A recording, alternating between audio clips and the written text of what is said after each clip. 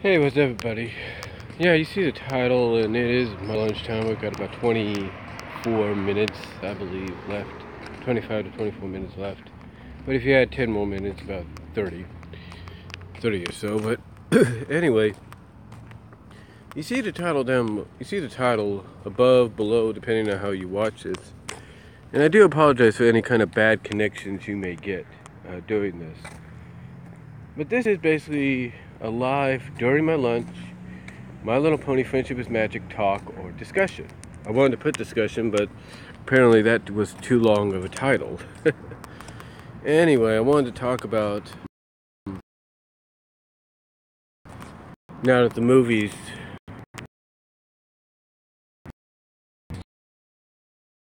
is a little about 31 days away, or 30 and a half days away.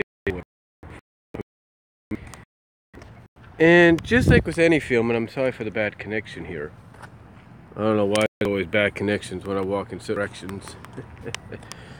But with any kind of movie coming out, whether it's based on something or it's original or what have you, there's always going to be some promotional stuff thrown in there. Whether it's video games, toys, novels, you name it. Well, My Little Pony the movie is not that different when it comes to that, because apparently like I talked about in my Topics on My Mind yesterday, where I talked about how people didn't like the spoilers that season 7 had seemed to be giving out.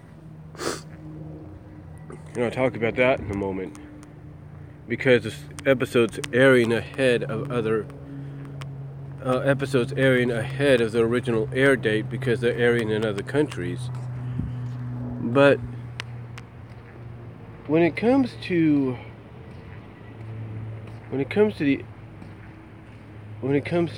the movie, I said basically that with people going to see the movie possibly on the day it premieres or the night it premieres, sorry for the bad connection, that there's no doubt sites like Wikipedia and others are going to probably have plot spoilers. In other words, at first they'll just kind of give you a synopsis of what the movie's about, and then after the movie premieres about a day or so later, you get a whole freaking plot spoiler. And not a lot of people like that. They really don't.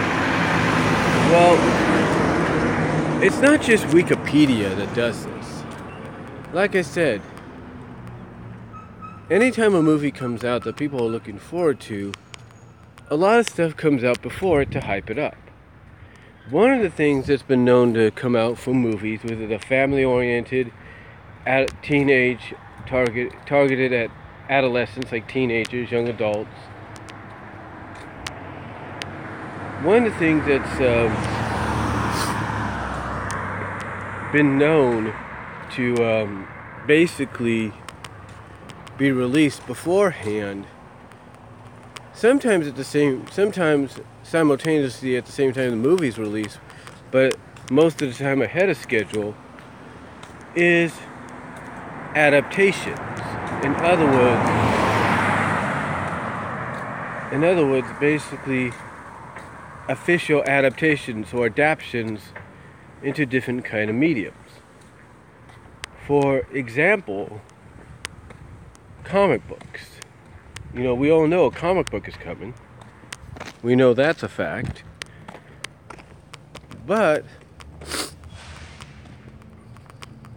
at the same time, we also know something else is being released, if not has been released already, and that is the official novelization and junior novels. And in case you guys don't know what that means, basically the official novelizations and the official junior novels are basically the company are basically different ways for people to enjoy the film if, let's say, they don't see it in theaters. They can kind of have an idea just through reading, maybe seeing some screenshots thrown in there on glossy paper, or thrown in there as, on glossy, thrown in there via glossy paper and all that. They can pretty much have an idea of what the movie's about and kind of have an idea of what they could be in store for if they ever watch it down the line in theaters. I'm sorry for the bad connection there. Oh, on home video. Well, MLP the movie, like I said, is no different to that, because today I'm looking at my job, doing one of my breaks, and I noticed right in front of me, well, not right in front of me, but as I'm walking through electronics, and I'm walking through the shelf area, the portion of electronics that's kind of like, here's the DVD and Blu-ray players on one side along with the accessories you need, and on the other side you have magazines and stuff like that. You have magazines, books, on one side. It's like on the, from my perspective, if I'm doing this right, on the right hand side you have, let's see if I'm doing this right, basically on the right hand side you have the DVD players and all that, and the accessories, Blu-ray players, accessories you need.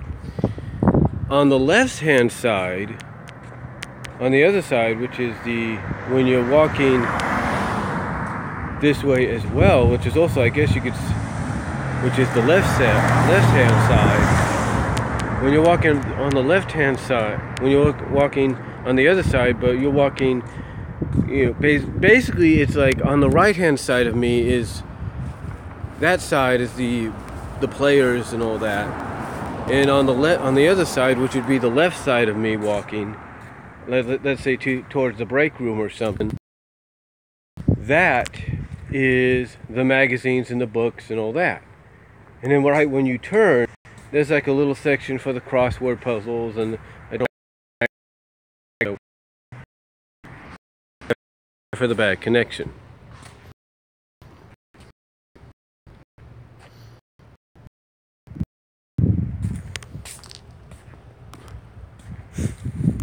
What happened? It's like one side. It's like I said. It's like one side is the DVD players and Blu-ray players. The other side is, well, right there, right in the middle, when I turn, there's a section. It has gun. It has ammo, stuff like that on the bottom. Well, right in the section where the crossword puzzles are, someone had placed the My Little Pony the Movie Junior novel, not the deluxe novel, not the deluxe version. Apparently, sorry for the bad connection. Apparently, there's a deluxe version. The junior novel in the crossword section. So what I did is I decided to take the junior novel and hide it, hopefully till at least Thursday or Friday, and then I can purchase it. But the reason I bring that up, and I'm sorry if I rambled my way to this point, but the reason I bring that up is due to the fact, with the junior novel out, possibly the official novelization book out, and the deluxe version of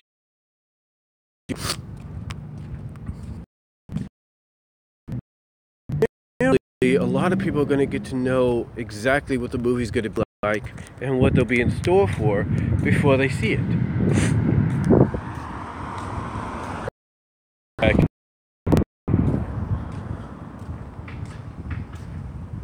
I said, apparently people will be already in the know when it comes to what the movie will be about and what the Now, true, novelizations, junior novelizations, comic book adaptions, sometimes we'll add in a few scenes here and there or a few lines here or there, or a few moments here and there that won't be in the film. Because maybe that was what originally was planned until things were changed. So adaptations through comic books and novels have always been known to do that. I got about 13 minutes. But they've always been known to do that. So, when you pick up this book, when you pick up any one of these books, there's no doubt you're going to probably have an additional line here and there, an additional scene here and there. But overall, though, besides that, you're basically going to have an idea of how the movie begins, of what the beginning of the movie is, what the middle is, and what the ending is. Yeah, that's basically what you're going to know. And let me just say this. If for some of you that don't like the whole characters being reformed, the whole reformation, or whatever you want to call it,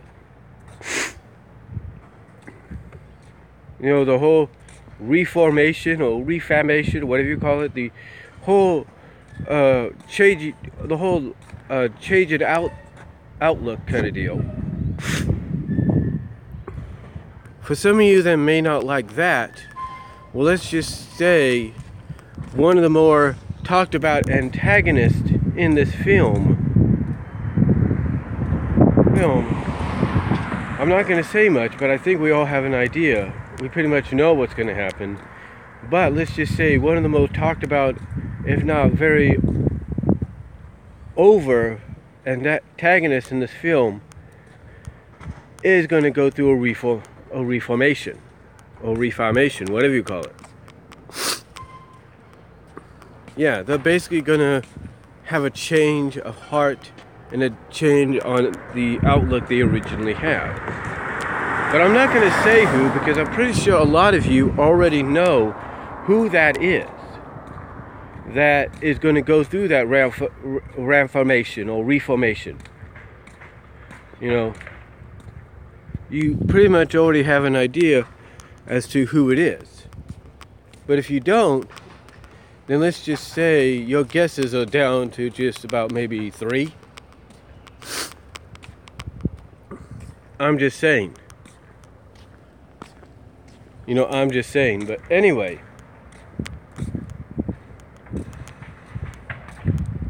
like I said, that's the one thing about adaptations, comic book, novelizations, junior novels, what have you, of movies that people look forward to. Sometimes they already give away, or somewhat in their own way, give away the ending of the movie.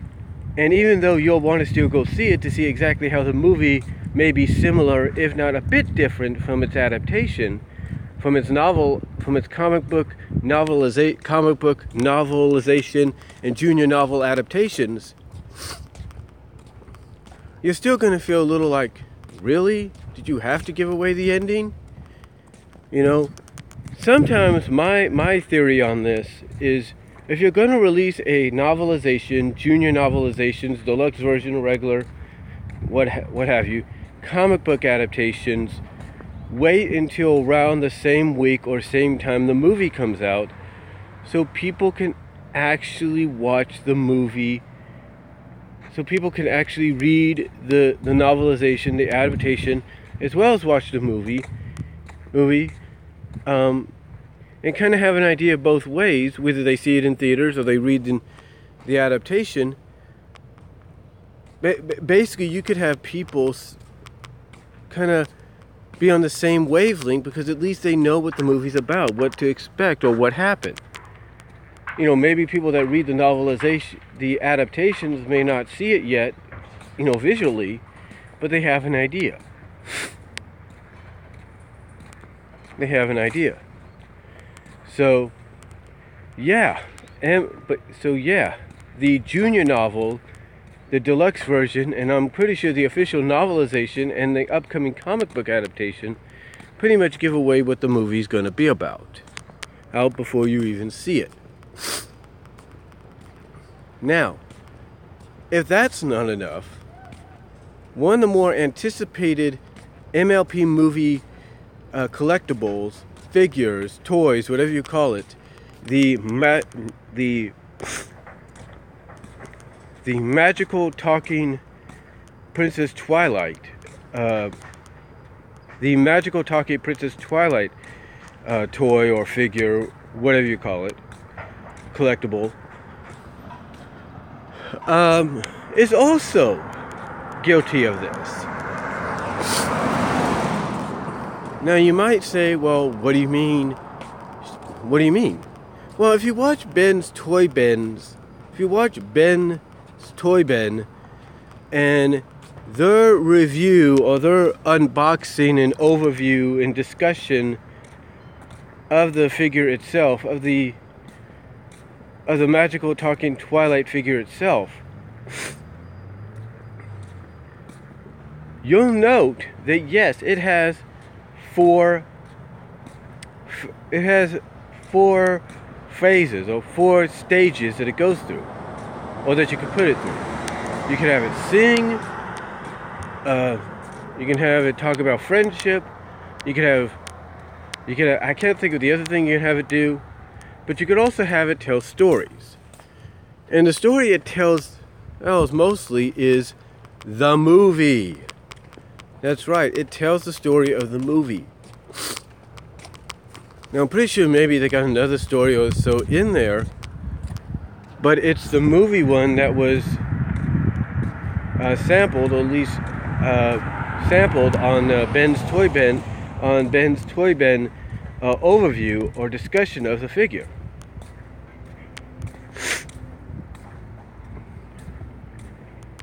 You know, again, you got like 4 stages you could put the figure in by pressing a button on her hoof. But the biggest takeaway that Ben and his wife took away from this, Ben and his wife, I think that's his name, took away from this, is the fact that one of the modes that you could put one of the stages or modes that you could put this Twilight figure in is story mode, and in that story mode you basically get you have Twilight basically spoiling, in a sense, the movie. And that might detract some people from buying the figure, because if they hear, not just from people like Ben's Toy Bin, but if they hear from others that, oh yeah, the story mode that you could put her in, she's basically telling you what the movie's going to be about, or what to expect from the movie, or kind of spoils it a bit, that's going to be a detractor. It really is. It's going to be a bit of a detractor, because I got 5 minutes. Not many people are going to want to buy the figure just yet. I mean, they'll buy it mostly like when it comes around Christmas or the holidays. A lot of people are probably going to buy it, because it'll be available more so than just like at Toys R Us or Amazon. But the point is, not a lot of people are going to be too in favor of it right now, because of the fact that it does spoil the movie when it goes into story mode. So, yeah, apparently the My Little Pony hype train, if you will, is getting people excited for the movie, but at the same time they're kind of giving away the whole movie, and they're giving away the whole movie before the movie even comes out.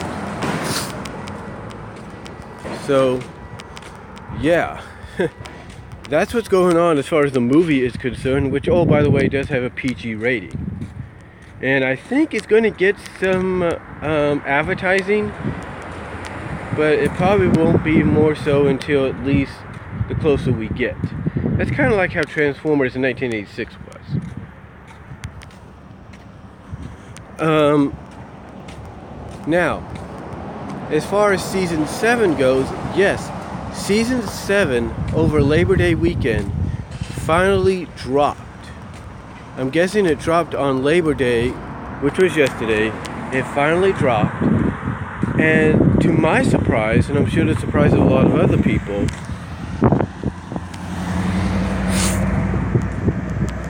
to my surprise, and I'm sure, like I said, to the surprise of some other people,